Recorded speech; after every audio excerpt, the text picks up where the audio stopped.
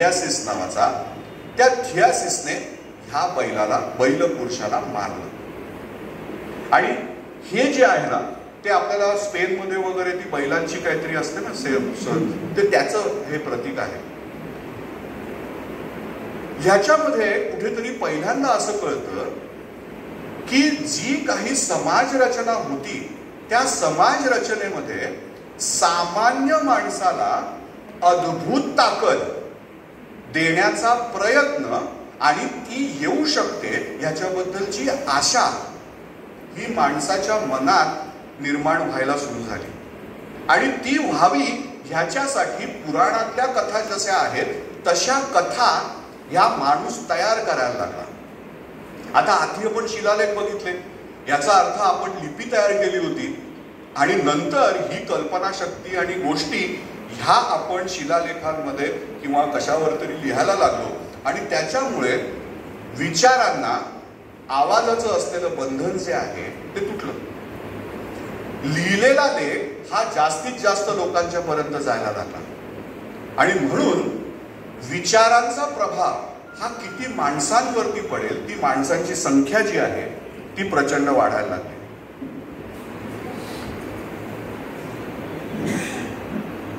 रोमेसिस नावाचा सम्राट होता। आता ह्या सम्राटाचं वेगळेपण कसं आहे, त्याने 66 वर्ष राज्य केलं आणि तो योद्धा नव्हता। म्हणजे साधारणपणे आतापर्यंत जे राजे महाराजे होते ते स्वतः योद्धे असायचे, तलवार घेऊन किंवा त्यांच्याकडे जी काही भाले बिले असतील ते घेऊन ते युद्धावरती जायचे। पण हा योद्धा नव्हता आणि तरी देखील 66 वर्ष राज्य केलं आणि जवळजवळ पुढची 1000 वर्ष या रोमेसिसला देवाचं स्थान होतं। आणि त्याने ही जी मोठी पुतळा केलेला आहे त्याच्यासाठी ग्रॅनाइट काहीतरी भयंकर 150 टनाचा वगैरे तो ग्रॅनाइट आहे आणि त्याच्या नावाचे शिलालेख, मंदिरं, विजय स्मारक, शिल्पाकृती या त्या वेळेच्या सगळ्या त्याच्या साम्राज्यामध्ये आणि त्याच्या नंतरच्या राज्यांमध्ये ह्या सतत वापरल्या गेल्या। आणि हा योद्धा नव्हता, पण त्याने वेगवेगळ्या पद्धतीने समाजनीती अतिशय वेगळ्या पद्धतीने आचरण्याचा प्रयत्न केला आणि थिबिसमध्ये हे स्वतःच असं मॉन्युमेंट तयार केलं। कदाचित ज्या लोकांनी माउंट रॉशमोर बघितलेलं आहे, रॉशमोर अमेरिकेमध्ये जे आहे, फादर फिगर्स त्यांचे जे आहेत फाउंडर्स, त्यांची चित्र, ती कल्पना जी आहे ती तिकडनं रोमॅसिसकडनं घेतलेली आहे। म्हणजे कुठेतरी माणसाला कळत होतं की आधीचे राज्यकर्ते जे आहेत त्यांचा वापर आपण त्यांच्या मृत्यूनंतर सुद्धा, ती व्यक्ती नसताना सुद्धा त्यांची ताकद ही आपल्याला उपयोगी पडू शकते। आणि कुठेतरी माणसाला जेव्हा हे कळत होतं, पुराणातल्या कथा निर्माण होत्या, कल्पना विलास भराऱ्या घेत होता, गरजा त्याच होत्या, सामाजिक सुरक्षा, रोगराईपासून मुक्ती आणि व्यवसाय, पोटभरी मिळाली पाहिजे, शेतीसाठी व्यवस्थित वाव झाला पाहिजे, त्यासाठी युद्ध नको, हे सगळं होत असताना एक शहनशाह सायरस नावाचा माणूस आहे आणि त्याने तुर्कस्तान पासून इजिप्त पर्यंत राज्य केलं।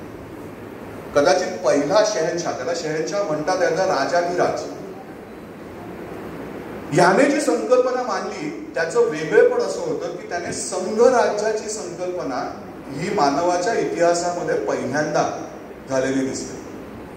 तो ज्या ज्या राजांना हरवायचा त्या राजांचं जे चांगलं पण होतं त्याला त्याने कधीही धक्का दिला नाही, त्याला मारलं नाही, त्यांची प्रार्थना स्थळं जी आहेत ती नष्ट नाही केली।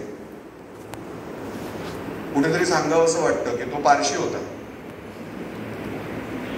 आणि त्या माणसाने जे काही काम केलं त्याच्यामध्ये जर एखाद्या राजाकडे सोन्याच्या मुद्रा करायच्या तर त्याला फायनान्स मिनिस्टर केलं, जर एखाद्या माणसाकडे संदेशवहन चांगलं होतं तर त्याला ट्रान्सपोर्ट मिनिस्टर केलं, त्याला अपमानित केलं नाही। आणि त्याच्यामुळे फक्त त्याने जे केलं ते संदेश वहन हे खूप चांगलं केलं. आणि हा रथ जो आहे ना, त्या रथाची चाकं जर तुम्ही बघितली तर ती चाकं गतीसाठी फार पूरक आहे. आणि ही पहिल्यांदा आपल्याला दिसतात माणसाच्या इतिहासामध्ये अशा प्रकारची चाकं. आणि ह्याच्यामध्ये एक गंमत दिसते, ते कदाचित तुम्हाला दिसणार नाही. जिथे लगाम आहे ना, त्या लगामाच्या खालती एक छोटासा बुटकासा गोंडस असा देव आहे आणि त्याचं नाव आहे बेस. आबालवृद्धांना संरक्षक आणि प्रवासातला विघ्नहर्ता, त्याचा तो देव आहे. आणि तो हा या सगळ्या संदेश वहनाच्या रथांच्या मध्ये लावलेला असायचा. आणि संदेश वहन खूप चांगलं केल्यामुळे आणि त्यावेळेला त्याने घोडे पालन हे खूप महत्वाचं त्याला वाटायला लागलं, कारण घोडे जोरात धावतात, त्यामुळे संदेश वहन होऊ शकतं. आणि म्हणून अरबी घोडे जे आहेत ते अजूनही प्रसिद्ध आहे.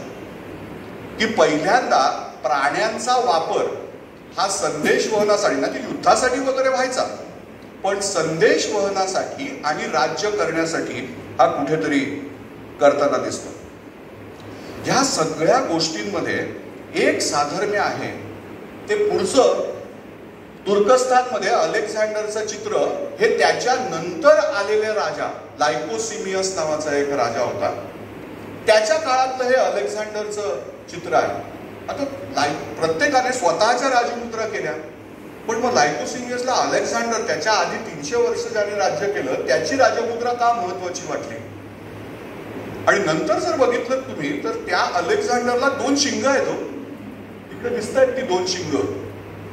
म्हणजे माणसाला अद्भुत करण्यासाठी प्राण्यांच्या शरीर रचनेचा वापर हा करून राज्य करण्यासाठी मदत मिळते हे कुठेतरी लायकोसिमियसला कळलं. आणि म्हणून माणूस आणि प्राणी यांचं एकत्रीकरण हे मानवाने करायला सुरुवात केली. आणि अशाच प्रकारे, म्हणजे अशाच समाज मनावर राज्य करणारा राज्य व्यवस्था साधारणपणे इसवी सन पूर्व 500 ते 200 वर्षात मध्य पूर्व, युफ्रेटस, आशिया, चीन, दक्षिण अमेरिका या सगळीकडे तुम्हाला दिसतात. म्हणजे माणूस आणि प्राणी हा एकत्र येऊन त्याच्या छब्या तयार करायच्या आणि त्याच्या मृत्यूनंतर सुद्धा त्या छब्या ज्या आहेत ह्या राज्य करण्यासाठी वापरायच्या. आता उजवीकडची जी आहे ना, तिथे धर्म आणि राज्यकर्ते कसे एकत्र आले ह्याची गोष्ट आहे. टोलेमीचं नाव तुम्ही ऐकलं असेल. 5वा टोलेमी हा वय वर्ष काय 5 का 6 का 7 का 8 असताना राज्यावरती आला. त्याचे बाबा जे होते ते प्रचंड मोठे राजे होते आणि त्यांना ज्ञानाची खूप आवड होती. अलेक्झांड्रिया नावाची सुंदर नगरी त्यांनी बसवली. आणि नुसती नगरी बसवली नाही तर जगामधले तत्ववेत्ते त्यांनी त्या शहरामध्ये बोलवले. पण मग अचानक त्यांचा मृत्यू झाला, त्यांच्या पत्नीचा वध झाला आणि 8 वर्षाचा टोलेमी जो आहे त्याच्यावरती साम्राज्याची धुरा यायला लागली. आणि ती जेव्हा धुरा यायला लागली तेव्हा बाकीचे राजे जे आहेत ते राजे, तिकडचे जे सरदार होते ते अस्वस्थ झाले. 8 वर्षाच्या मुलाला काय आपण राज्य करायला देणार? तेव्हा तिकडे जे धर्मकर्ते होते त्या धर्मकर्त्यांचा बऱ्यापैकी दरारा हा साम्राज्यावरती होता. पण टोलेमीने त्यांना बरोबर व्यवस्थित ठेवलं होतं. पण जेव्हा 5वा टोलेमी 8 वर्षाचा असताना राज्यकर्ता झाला तेव्हा त्याला मदत करण्यासाठी जे फरमान निघालं ते फरमान ह्या दगडावरती लिहिलेलं आहे. आणि हे फरमान जे आहेत तसे 17 शिलालेख तयार झाले आणि ते 17 शिलालेख आपल्याला मिळाले. 17 मिळालेले आहेत म्हणून आपल्याला वाटतंय की ते 17 आहे. हे इजिप्शियन धर्मगुरूंचं फरमान होतं ज्यात ह्या 5व्या टोलेमीला डायरेक्टली देवत्व देऊन टाकलं आणि त्याच्या बदल्यात धर्माला टॅक्स फ्री केलं. तेव्हापासून धर्म जे आहेत ते टॅक्स फ्री झाले. धर्माची मिळकत जी आहे ती टॅक्स फ्री झाली. आणि गंमत अशी आहे की जेव्हा धर्माने राज्यकर्त्याचा पुरस्कार करायला लागला तेव्हा टोलेमीला असलेला विरोध जो आहे, 5व्या टोलेमीला असलेला विरोध हा गायब झाला. त्याने व्यवस्थित राज्य केलं. 8 वर्षाचं पोर, काय मस्त मजा असेल ना. 8 वर्षाचं पोर तिकडे राज्य करत होतं. पण निर्णय घेताना त्या राज्यकर्त्यांच्या जवळची जी काही चांडाळ चौकडी पंचकडी छटकडी असेल ते निर्णय घेत होते. त्यामुळे ते निर्णय घेण्याची सोय जी आहे ती सोय ही धर्माने करून घेतली. आणि म्हणून लोकशाहीमध्ये एक पिलर कित्येक वर्ष धर्माचा होता. आणि तो ब्रिटिश पार्लमेंटमधनं काढून टाकायचा प्रयत्न हा 20व्या शतकामध्ये पूर्वार्धामध्ये झाला. आणि तेव्हापासून ऍटलिस्ट ब्रिटिश सांगण्यासाठी धर्माचा प्रभाव नसतो. खरा असतो का नसतो देव जाणे. आपण कुठे गेलो इंग्लंड अमेरिकेत, पण लोक म्हणतात की असतो. आता हे सगळं सांगायची गरज फक्त आपण तिकडच्याच गोष्टींकडे आहे का?